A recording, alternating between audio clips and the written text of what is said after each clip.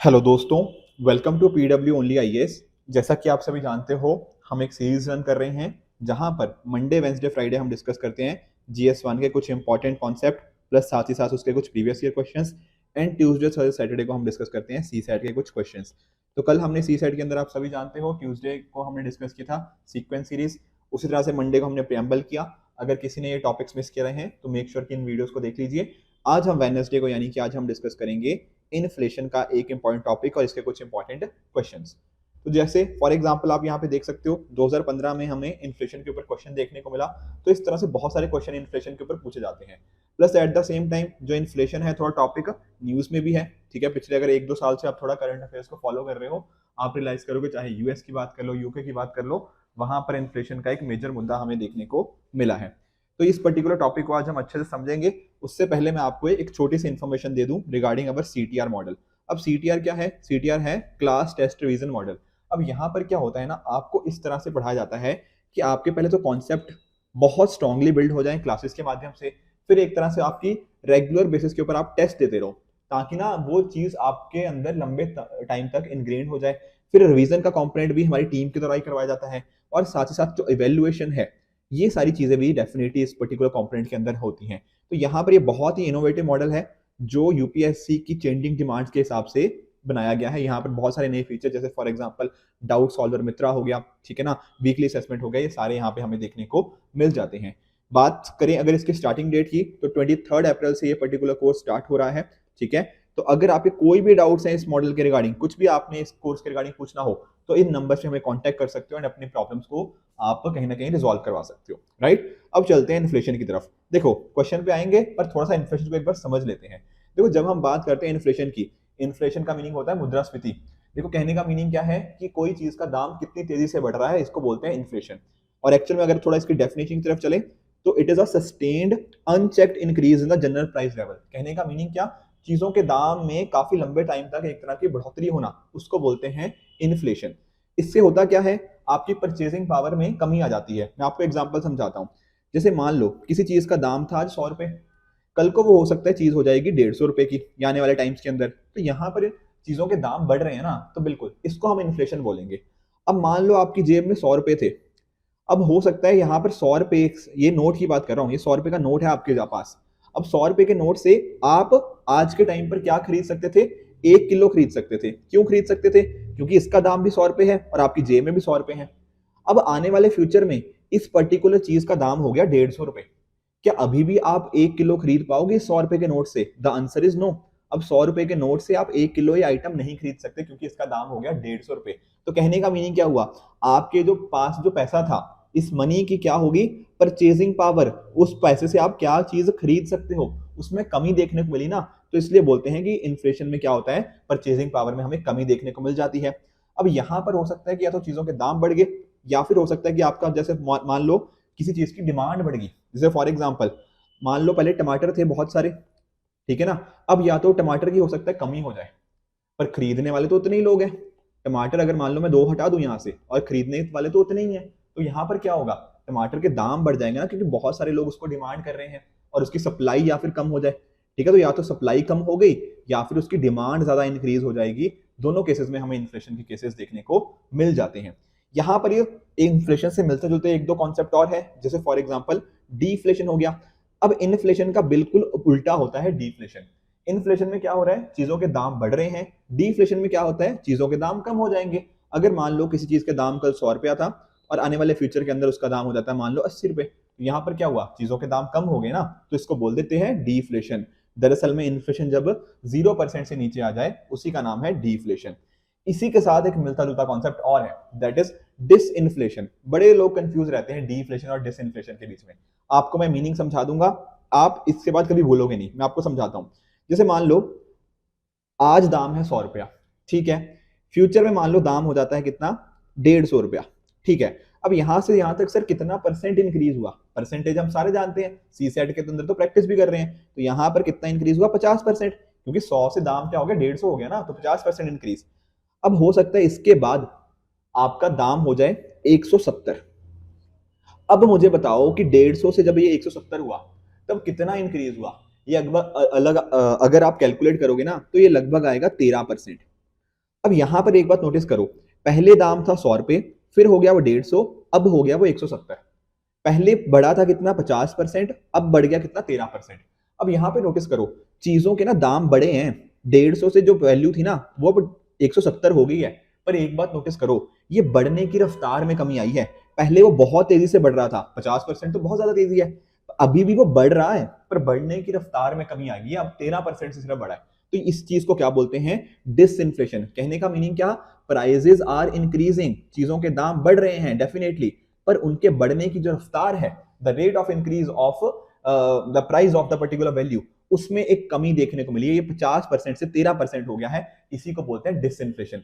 और सर डीफ्लेशन में क्या था, अरे डीफ्लेशन में तो चीजों के दाम कम हो रहे थे ना। अगर कल को मान लो ये 170 वाली चीज मान लो कल को 80 रुपए की मिलने लग जाए, तो यहाँ पर चीजों के दाम कम हो गए, तो ये हो गया डीफ्लेशन। तो ध्यान रखना, इन्फ्लेशन मतलब किसी चीज का दाम बढ़ना, डीफ्लेशन दाम कम होना, डिसइंफ्लेशन दाम बढ़ना पर बढ़ने की रफ्तार में कमी होना is known as disinflation. I hope तीनों चीजों के बीच का फर्क आप अच्छे से समझ गए होंगे। तो इन्फ्लेशन समझ आ गया, डीफ्लेशन आ गया, डिसइंफ्लेशन आ गया। इसी तरह से एक और भी वर्ड है दैट इज स्टैगफ्लेशन। अब देखो स्टैगफ्लेशन ना दो वर्ड से मिलकर बना है, एक होता है आपका स्टैग्नेशन और साथ में ही इन्फ्लेशन। अगर हमारी इकोनॉमी में एक ऐसी सिचुएशन आ जाए जहां चीजों के दाम बढ़ रहे हैं, कहने का मतलब इन्फ्लेशन है, पर हमारी इकोनॉमिक ग्रोथ नहीं हो रही, उस पर्टिकुलर सिचुएशन को हम बोल सकते हैं स्टैगफ्लेशन। यहां पर होता क्या है ना, अनएम्प्लॉयमेंट, बेरोजगारी बहुत ज्यादा बढ़ जाती है। ठीक है, कोविड-19 पेंडेमिक के टाइम पे हमें देखने को मिला था, चीजों के दाम हाई थे तो डेफिनेटली इन्फ्लेशन था। हमारी इकोनॉमिक ग्रोथ या तो नेगेटिव में चली गई थी या फिर जीरो के आसपास ही थी, तो स्टैग्नेशन भी था और अनएम्प्लॉयमेंट भी हाई थी। तो जो कोविड-19 पेंडेमिक है उस टाइम पे हमें स्टैगफ्लेशन देखने को मिला था। तो आई होप ये सारे कॉन्सेप्ट आपको अच्छे से समझ आ गए होंगे। अब चलते हैं प्रीवियस ईयर क्वेश्चन देख लेते हैं। जैसे यहाँ पे क्या पूछा, इन्फ्लेशन के रिगार्डिंग यहाँ पर कौन सी स्टेटमेंट ठीक है। अब देखो पहली स्टेटमेंट कह रहा है इन्फ्लेशन को कंट्रोल करना सिर्फ और सिर्फ हमारी सरकार की जिम्मेदारी है, सिर्फ गवर्नमेंट ऑफ इंडिया। देखो वर्ड आ गया ओनली, क्या ऐसा होता है, द आंसर इज नो। दरअसल में है क्या ना, रिजर्व बैंक ऑफ इंडिया और साथ ही साथ हमारी जो गवर्नमेंट है, ये दोनों मिलकर हमारे यहाँ पे इन्फ्लेशन को कंट्रोल करने की कोशिश करते हैं। आरबीआई का अगर आप इसका मोटो देखोगे ना, मोटो नहीं बोलूंगा, एक एजेंडा कह लो, या फिर इसका जो ऑब्जेक्टिव है वो यही है कि इन्फ्लेशन को हमें कंट्रोल में रखना है। दरअसल में हुआ क्या है, गवर्नमेंट ऑफ इंडिया ने आरबीआई के साथ मिलकर ये तय किया है कि हम अपने इन्फ्लेशन को 2 से 6% के बीच में रखेंगे। ये सीपीआई की इन्फ्लेशन की बात कर रहा हूं, और आरबीआई सारे एफर्ट्स लेती है ताकि इसको हम कहीं ना कहीं 2 से 6% के बीच में रखें। मॉनेटरी पॉलिसी कमेटी भी इस तरफ वर्क करती है। तो ये डेफिनेटली आपको ध्यान में रखना है कि गवर्नमेंट ऑफ इंडिया का भी यहाँ पे रोल रहता है एंड साथ ही साथ यहाँ पे आरबीआई का भी रोल है। आरबीआई का तो डेफिनेटली बहुत ही एक इंपॉर्टेंट रोल है इन्फ्लेशन को कंट्रोल करने के अंदर। जैसे आप देखते हो आपका रेपो रेट हो गया, ठीक है, और इस तरह की जो आइटम्स हैं उस हिसाब से रेपो रेट को आप देखते हो ना इंक्रीज किया जा रहा है। क्यों इंक्रीज किया जा रहा है, ताकि इन्फ्लेशन को हम कंट्रोल कर पाए। तो पहला स्टेटमेंट यहाँ पे ओनली वर्ड की वजह से गलत हो जाएगा। दूसरा कह रहा है आरबीआई का कोई भी रोल नहीं है इन्फ्लेशन कंट्रोल करने के अंदर, बिल्कुल ही गलत स्टेटमेंट है सर, इसमें तो कोई शक की बात ही नहीं होनी चाहिए। तीसरा स्टेटमेंट देख लो, decreased money circulation helps in controlling inflation, और चौथा कह रहा है मनी सर्कुलेशन इंक्रीज करने से इन्फ्लेशन कंट्रोल होगा। खुद सोचो ना, मान लो आपके पास अगर सर्कुलेशन अगर इतने पैसे हैं, अगर कल को मैंने मनी इन सर्कुलेशन बढ़ा दिया, पैसे इतने सारे हो गए, तो पर सामने आइटम्स तो उतने ही है ना, सामने टमाटर तो उतने ही है। पहले खरीदने के लिए पैसा सिर्फ इतना था, अब खरीदने के लिए पैसा इतना सारा हो जाएगा। तो क्या होगा, आप जब टमाटर खरीदने जाओगे ना, तो आपके बीच में एक तरह की लड़ाई हो जाएगी कि नहीं यार मैं खरीदना चाहता हूँ टमाटर, ये बोलेगा कि नहीं मैं खरीदना चाहता हूँ। पर आपके पास तो बहुत सारा पैसा है, यहाँ पे देखना ना मनी सर्कुलेशन बढ़ गई है, तो पैसा बहुत ज्यादा होने की वजह से क्या हुआ है, अब ये टमाटर के दाम बढ़ जाएंगे। ये टमाटर वाला बोलेगा कि अब मैं इससे ज्यादा पैसा चार्ज कर सकता हूँ। तो डेफिनेटली क्या होता है, जब हमारी मनी सर्कुलेशन ज्यादा होती है उस टाइम इन्फ्लेशन होता है। तो अगर इन्फ्लेशन को टैकल करना है, इन्फ्लेशन को कम करना है, तो क्या करेंगे भैया, मनी सप्लाई को हटा दो, मनी सप्लाई को कम कर दो। तो बिल्कुल यहां पर आंसर क्या हो जाएगा आपका, decreased money circulation helps in controlling the inflation. तो आंसर आपका यहाँ पे सी हो जाएगा। आप लोगों ने ना रेपो रेट देखा है, रेपो रेट आपने नोटिस किया होगा ना कि जब महंगाई आती है तो हमारे आरबीआई के द्वारा क्या किया जाता है, या मॉनेटरी पॉलिसी कमेटी के द्वारा क्या किया जाता है, रेपो रेट को इंक्रीज कर दिया जाता है। अब रेपो रेट जैसे ही इंक्रीज करेंगे तो क्या होगा, हमारा जो बैंक्स हैं उनके पास जो पैसा आएगा वो महंगे रेट पे मिलेगा, और लोगों को ये महंगे रेट पे पैसा देंगे। अगर महंगे रेट पे पैसा देंगे तो लोग पैसा नहीं लेंगे, और अकॉर्डिंगली क्या होगा, मनी सर्कुलेशन कम हो जाएगा, एंड अकॉर्डिंगली उससे क्या होगा, इन्फ्लेशन कंट्रोल हो जाएगा। तो इस तरह से आप नोटिस कर सकते हो कि इन्फ्लेशन और मनी सर्कुलेशन का इस तरह से रिलेशन है कि अगर इन्फ्लेशन को कंट्रोल करना हो तो मनी सर्कुलेशन को कम किया जाता है। तो यहाँ पे इसका आंसर हो जाएगा ऑप्शन नंबर सी। अब अगर आपने देखो ये 2015 का क्वेश्चन किया होता ना प्रीवियस ईयर क्वेश्चन, आपको ये 2022 का क्वेश्चन करने में बिल्कुल भी दिक्कत ना आती। यहाँ देखो क्या पूछा, यहाँ पूछ रहा है प्राइस स्टेबिलिटी मेंटेन करने के लिए यानी कि इन्फ्लेशन को कंट्रोल करने के लिए कौन रिस्पॉन्सिबल है? बताओ भैया, बड़ा ही सिंपल सा आंसर है, answer is reserve bank of India. ठीक है, अभी तो डिस्कस किया। तो इतने देखो, अभी ये कोई पुराने क्वेश्चन नहीं करा रहा। कोई लोग बोल सकता है कि सर आप पुराने क्वेश्चंस करवा रहे हो, वो इजी थे। नहीं भैया, ये 2022 में आपके सामने क्वेश्चन आया है। तो यहाँ पर एक चीज समझ आई, वो तो ये है कि प्रीवियस ईयर क्वेश्चन अगर कहीं ना कहीं हमने अच्छे से करे होते हैं, वो डेफिनेटली आने वाले सालों में हमें हेल्प करते हैं। और ये सीरीज दरअसल में उसी लिए रन करी जा रही है। Plus at the same time आप नोटिस करो कि आपको कॉन्सेप्ट भी समझ आ गया। ठीक है, और चलते हैं आगे। यहाँ पर देखते हैं 2021 में क्वेश्चन आया। यहाँ क्या पूछ रहा है, डिमांड पुल इन्फ्लेशन इनमें से किस वजह से हो सकती है? तो जरा एक बार ना डिमांड पुल, कॉस्ट पुश, इन इन्फ्लेशन को समझ लेते हैं। देखो वर्ड समझो, डिमांड पुल इन्फ्लेशन कहने का मीनिंग क्या, कि किसी वजह से क्या हुआ, आपकी डिमांड बढ़ गई। और अगर डिमांड बढ़ेगी तो आप सोच रहे हो सप्लाई तो सामने उतनी ही है। ठीक है, डिमांड बढ़ गई बट सप्लाई तो कांस्टेंट है। तो अगर किसी चीज की सप्लाई कांस्टेंट है, मान लो टमाटर की सप्लाई कांस्टेंट है पर टमाटर की डिमांड बढ़ गई, तो आपको नहीं लगता चीजों के दाम बढ़ जाएंगे? इसी का नाम है दरअसल में डिमांड पुल इन्फ्लेशन। और यहाँ पे आप नोटिस कर सकते हो, जैसे फॉर एग्जाम्पल क्या क्या फैक्टर हो सकते हैं। मनी सप्लाई को एक्सपेंड कर दिया, ठीक है, तो उससे लोगों के हाथ में पैसा ज्यादा आ गया, तो मनी सप्लाई से हुआ क्या, डिमांड बढ़ जाएगी। कंज्यूमर की एक्सपेक्टेशन हो गया। फिस्कल स्टिमुलस मतलब सरकार खर्चा बढ़ा दे अपना, ठीक है, स्पेंडिंग बढ़ा दी है और लोगों से टैक्सेस कम ले रही है, तो लोगों के हाथ में ज्यादा पैसा रहेगा। सिमिलरली इकोनॉमी ग्रो कर रही है, इकोनॉमी ग्रोथ हो रही है, तो अकॉर्डिंगली क्या हो रहा है, कहीं ना कहीं लोगों के हाथ में तो पैसा जाएगा उसके वजह से, ग्रोथ की वजह से। जब जब ग्रोथ ज्यादा होती है, आप खुद सोचो ना, तो इकोनॉमी ग्रो कर रही है, जीडीपी आगे बढ़ रही है, लोगों के हाथ में ज्यादा पैसा आ रहा है, ठीक है, तो उससे भी इन्फ्लेशन आ जाती है। साथ में क्रेडिट बूम हो गया, लोगों को ज्यादा पैसा मिल रहा है, कहीं ना कहीं लोन ज्यादा दिए जा रहे हैं, उससे क्या होगा, डिमांड बढ़ेगी, इन्फ्लेशन आएगा। इसका एक ही साथ हमें पढ़ लेना है कॉस्ट पुश इन्फ्लेशन को भी। देखो मान लो जैसे आप टीवी की बात कर रहे हो, अब टीवी हो सकता है पहले 1000 रुपए का था, अब ये हो सकता है 2000 का हो जाए। अब यहाँ पर ना जब मैं बात करता हूँ कॉस्ट पुश की, इसका मीनिंग पता होता क्या है? इसका मीनिंग ये होता है कि टीवी को बनाने की जो कॉस्ट है वो बढ़ गई। जैसे फॉर एग्जांपल टीवी को बनाने के लिए कुछ लोग लगेंगे, लेबर की जरूरत होगी, ठीक है, या फिर जो अलग अलग इनपुट्स हैं, ठीक है, या जो इसको हम रॉ मटेरियल कह सकते हैं, इस तरह की चीजें हो गया। तो यहाँ पर अगर सोचो टीवी को बनाने के लिए जो भी इनपुट चाहिए होते हैं, जो भी अलग अलग तरह की, ठीक है, मान लो जो भी मटेरियल चाहिए वो हो गया, उसकी कॉस्ट बढ़ गई। या फिर जो लोग वहां पे काम करते हैं उनको वेजेस ज्यादा देनी चाहिए, अगर उनको सैलरी ज्यादा देंगे तो क्या होगा, कहीं ना कहीं टीवी के दाम नहीं बढ़ जाएंगे? बिल्कुल। तो इसी को बोलते हैं कॉस्ट पुश। तो जैसे फॉर एग्जाम्पल आप नोटिस करो यहाँ पे higher price of inputs, inputs के प्राइस बढ़ेंगे तो उससे इन्फ्लेशन आएगी। एक्सचेंज रेट की वजह से आ सकती है, वेजेस बढ़ने की वजह से आ सकती है, कई बार हो सकता है नेचुरल डिजास्टर हो गया, ठीक है, नेचुरल डिजास्टर हो गया तो क्या होगा, आपकी सप्लाई डिसरप्ट हो जाएगी एंड चीजों के दाम बढ़ जाएंगे। उसी तरह से टैक्सेशन हो गया, प्रोडक्टिविटी डिक्लाइन होना, या फिर एक ही कंपनी है, मान लो मोनोपोली उसकी है, ठीक है, तो वो ज्यादा तरह से बेच सकती है, ज्यादा अमाउंट पे बेच सकती है। तो ये सारे कॉस्ट पुश इन्फ्लेशन के एग्जांपल होते हैं। अब इस क्वेश्चन में वापस आ जाते हैं 2021 के। यहाँ कह रहे हैं डिमांड पुल इन्फ्लेशन कैसे हो सकती है या कैसे इंक्रीज होगी। पहला स्टेटमेंट देखो, एक्सपेंशनरी पॉलिसीज अगर एक्सपैंड कर रही है, एक्सपैंड के अंदर क्या होगा, कहीं ना कहीं ग्रोथ ज्यादा हो रही है, और ग्रोथ ज्यादा हो रही है तो लोगों के हाथ में पैसा ज्यादा आ रहा है, पैसा ज्यादा आ रहा है तो डेफिनेटली डिमांड पुल ही इन्फ्लेशन होगा। तो पहला स्टेटमेंट बिल्कुल ठीक है। फिस्कल स्टिमुलस अभी तो डिस्कस किया, जब सरकार ने अपनी स्पेंडिंग बढ़ा दी और टैक्सेस लोगों से कम ले रही है तो क्या हो रहा है, उससे उससे लोगों के हाथ में पैसा ज्यादा रह रहा है, तो ये भी डिमांड पुल इन्फ्लेशन को कॉज करेगा। तीसरा स्टेटमेंट देख लो, इन्फ्लेशन इंडेक्सेस वेजेस। इसका मीनिंग क्या है सर? अरे जो वेजेस है ना, जो सैलरी दे रही है लोगों को, उसमें इन्फ्लेशन के हिसाब से इनकी वेजेस बढ़ा दी गई। पर यहाँ पे नोटिस करोगे, अगर अगर वेजेस बढ़ रही है, अगर लोगों की सैलरी बढ़ रही है, तो इसका इंपैक्ट क्या आ रहा है, उससे इन्फ्लेशन होगी? द आंसर इज यस, होगी। पर कौन सी इन्फ्लेशन होगी? ये कॉस्ट पुश इन्फ्लेशन होगी, ठीक है ना। अगर टीवी बना रहे हैं और टीवी बनाने वालों लोगों के अपने वेजेस में इंक्रीज कर दिया, उनको जो पैसा दिया जाता है उसको इंक्रीज कर दिया, तो इन्फ्लेशन हो रही है हाँ, पर कॉस्ट पुश ना कि डिमांड पुल। तो थर्ड स्टेटमेंट यहाँ पे गलत हो जाएगा। अगर बस थर्ड स्टेटमेंट आप गलत कर दो, आपका आंसर ऑटोमेटिकली आ जाता है। तो एक चीज ये भी सीखनी है, कई बार ना एलिमिनेशन टेक्निक हमें बहुत हेल्प कर सकती है। हो सकता है आपको बाकियों का आइडिया ना हो, पर आपको इतना जरूर पता है कि यार ये वेजेस वाला ना, ये कॉस्ट के साथ रिलेटेड है, कॉस्ट पुश के साथ, ये डिमांड पुल के साथ रिलेटेड नहीं है। तो थर्ड स्टेटमेंट गलत करो, आपका आंसर आ गया। परचेजिंग पावर बढ़ेगी, डेफिनेटली हाथ में पैसा ज्यादा आएगा, तो ये बात भी ठीक है। पांचवा, इंटरेस्ट रेट बढ़ाना। अभी डिस्कस किया ना, इंटरेस्ट रेट अगर हम बढ़ा रहे हैं उससे क्या हो रहा है, इंटरेस्ट रेट तब बढ़ाते हैं इन्फ्लेशन को कंट्रोल करने के लिए, इन्फ्लेशन को कम करने के लिए इंटरेस्ट रेट को बढ़ाया जाता है, ना कि इससे इन्फ्लेशन होती है। ये तो उल्टा बोल रहा है, तो पांचवा स्टेटमेंट भी गलत है। तो आई होप आप समझ गए होंगे कि कैसे इस पर्टिकुलर क्वेश्चन को अप्रोच करना है। तो यहाँ आंसर क्या बन जाएगा आपका, ऑप्शन नंबर ए 1, 2 एंड 4 यहाँ पे आंसर बन जाएगा।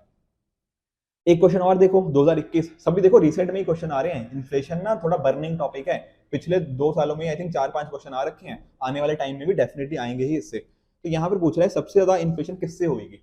देखो अगर आप यहाँ पे स्टेटमेंट पढ़ोगे ना चारों के चारों, तो आप नोटिस करो जो पहले 3 स्टेटमेंट है उसमें पता क्या हो रहा है, उसमें कहीं ना कहीं पैसा बस एक जगह से दूसरी जगह जा रहा है। जबकि स्टेटमेंट 4 में देखो, creation of new money to finance a budget deficit. Budget deficit मतलब आपका कुछ डेफिसिट था, उसको अपने फाइनेंस करने के लिए नया पैसा लेकर आ रहे हो। तो जब भी नया पैसा आता है ना मार्केट में, तो वो तो डेफिनेटली इन्फ्लेशन को कॉज करेगा ही ना। मैंने अभी बताया ना डिमांड पुल इन्फ्लेशन को। तो जब भी नया पैसा मार्केट में आएगा वो बहुत ज्यादा इन्फ्लेशन को लेके आता है। तो यहाँ दरअसल में स्टेटमेंट नंबर 4 करेक्ट है। बाकी तीनों स्टेटमेंट में क्यों नहीं है, बाकी 3 स्टेटमेंट भी इन्फ्लेशन कॉज करेंगे, पर वहां पर क्या होगा ना, वहां पर क्या हो रहा है, पैसा एक जगह से बस दूसरी जगह पे जा रहा है, एक पर्सन से दूसरे एंटिटी में जा रहा है, एक दूसरे को बोरो कर रहे हैं, किसी जगह नया पैसा नहीं आ रहा। अब नया पैसा आने से क्या हो रहा है, आपकी जो टोटल मनी सप्लाई है वो डेफिनेटली काफी तेजी से इंक्रीज करेगी, क्योंकि नया पैसा आ गया मार्केट में एंड इससे इन्फ्लेशन होगा ही होगा। तो यहाँ पर इसका आंसर बन जाएगा ऑप्शन नंबर डी। एक और क्वेश्चन देख लेते हैं रिगार्डिंग बेस इफेक्ट। देखो जब मैं बात करता हूँ ना बेस इफेक्ट की, मैं आपको समझाने की कोशिश करता हूँ। यहां पर क्या होता है ना, आपका जो भी प्रीवियस ईयर का होता है लेवल, उसका इंपैक्ट आने वाले साल के ऊपर होता है। मैं आपको समझाता हूँ, एक सिंपल सा एग्जांपल मैंने पहले भी आपको कई बार दिया था, बट आप एग्जांपल लो, ठीक है ना। अभी आईपीएल भी 2 दिनों में स्टार्ट होने वाला है, तो एक एग्जांपल लेके चलते हैं। मान लो विराट कोहली खेल रहे हैं, ठीक है। इन्होंने मान लो पहले मैच में स्कोर किया 70, दूसरे मैच में इन्होंने स्कोर किया 50, तीसरे मैच में इन्होंने स्कोर किया 2 रन, और चौथे मैच में इन्होंने स्कोर किया 10 रन। अब अगर यहाँ पे ना आप नोटिस करोगे, क्या नोटिस कर रहे हो, आपने नोटिस किया कि यार थर्ड मैच में इन्होंने सिर्फ 2 रन बनाए, चौथे मैच में इन्होंने 10 रन बनाए। अगर आप सिर्फ इतने डेटा को देखोगे ना, आप बोलोगे कि यार इन्होंने तो इस मैच में 5 गुना ज्यादा रन बना दिए, तीसरे मैच में सिर्फ 2 रन थे, चौथे मैच में 10 रन है, तो 5 गुना रन बना दिए। तो आप बोलोगे कि यार चौथे मैच में तो इनकी परफॉर्मेंस बड़ी ही शानदार रही। पर क्या आपने देखा, आपका यहाँ पर ना जो था, यहाँ बेस आपका इतना लो था कि इसका एक बहुत ही मेजर इंपैक्ट आने वाले साल के ऊपर पड़ता हुआ देखने को मिला है। आई बात समझ में। तो दरअसल में जब भी हम बात करते हैं ना बेस इफेक्ट की, चाहे जीडीपी के अंदर हो गया या हम इन्फ्लेशन के अंदर बात कर लें, यहाँ पर होता क्या ना कि प्रीवियस ईयर का जो इम्पैक्ट होता है वो नेक्स्ट ईयर के हमारे कैलकुलेशन को इम्पैक्ट करता है। इसी को बोलते हैं बेस इफेक्ट। जब हम बात करते हैं ना जीडीपी की, जब कोविड-19 पैंडेमिक आया तो आपने देखा होगा हमारी जीडीपी बड़ी तेजी से नीचे गिरी थी, अचानक से नीचे गिरी फिर वापस ऊपर आई। तो जो हमारा यहाँ पे नंबर आया था ना, वो बहुत ही हाई नंबर दिखाया गया था। वो इसीलिए था क्योंकि बेस ही सामने बहुत नीचे आ गया था। इसी को बोलते हैं क्या, बेस इफेक्ट, राइट। इसी तरह से एक यहाँ पे 2011 में क्वेश्चन पूछा गया, economic growth is usually coupled with. देखो जैसे ग्रोथ होती है कहीं ना कहीं, मैंने आपको क्या बताया, उसके साथ होता है क्या, इन्फ्लेशन। कैसे, क्योंकि ग्रोथ जब होगी लोगों के हाथ में पैसा आएगा, अकॉर्डिंगली उससे क्या होगा, इन्फ्लेशन होती है, ठीक है। जैसे जीडीपी बढ़ रही है ना, तो इंडिया में इन्फ्लेशन अकॉर्डिंगली साथ साथ होती ही है जनरली, मतलब मोस्ट ऑफ द सिचुएशंस के अंदर। तो यहाँ पर हमें जनरली हम बात करते हैं इकोनॉमिक ग्रोथ की, उसको हम इन्फ्लेशन के साथ ही कपल करते हैं। तो ये बात भी बिल्कुल ठीक है, यहाँ आंसर हो जाएगा आपका ऑप्शन नंबर बी। अब यहाँ पर एक मैं आपको होमवर्क दे रहा हूँ, आई थिंक 5-6 क्वेश्चन डिस्कस कर लिए। तो जितने भी क्वेश्चन में से आपके जितने करेक्ट हुए हैं ना और जितने गलत हुए हैं, मुझे नीचे कमेंट सेक्शन में डेफिनेटली बताना कि कितने आपने ठीक किए हैं, कितने आपने गलत किए हैं, ताकि एक तरह से हम अपनी असेसमेंट करते रहें कि हम कितना सही डायरेक्शन में जा रहे हैं और कहाँ पे हमें इंप्रूवमेंट करने की जरूरत है। अब ये पर्टिकुलर क्वेश्चन मैं आपको होमवर्क दे रहा हूँ, डिसइन्फ्लेशन क्या होता है, डिफ्लेशन क्या होता है, मैंने आपको बता दिया है। बस मैं ये चेक करना चाहता हूँ कि आप चीजों को अप्लाई कर पाते हो या नहीं कर पाते हो, ठीक है ना। तो ये था आज का लेक्चर हमारा इन्फ्लेशन के ऊपर।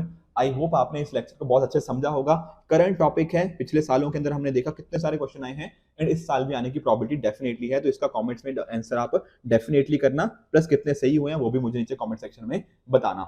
इसकी तरह से, ठीक है, जो हमारा सीटीआर मॉडल है, जस्ट आपको मैं बता दूं, तो सीटीआर मॉडल की क्लासेस जो हैं 23 अप्रैल से स्टार्ट हो रही हैं, ठीक है। तो मेक श्योर कि आप जो भी इसके अंदर एनरोल करना चाहते हैं वो इस नंबर पे कांटेक्ट कर सकते हैं एंड अपने आप को इसके अंदर एनरोल करवा सकते हैं। क्योंकि देखो इस कोर्स के ना बहुत ही यूनिक मॉडल है, जहां पर हमने बहुत ही रिसर्च के साथ ये पर्टिकुलर मॉडल रेडी किया है, जो कि यूपीएससी की चेंजिंग डिमांड्स को बहुत अच्छे तरह से कैटर करता है, ठीक है फ्रेंड्स। तो ये था आज का लेक्चर। आई होप आपको आज का लेक्चर बहुत अच्छे से समझ आया होगा। इसी तरह से आप भी अपने एंड पे हार्डवर्क करते रहिए। Goodbye and good luck.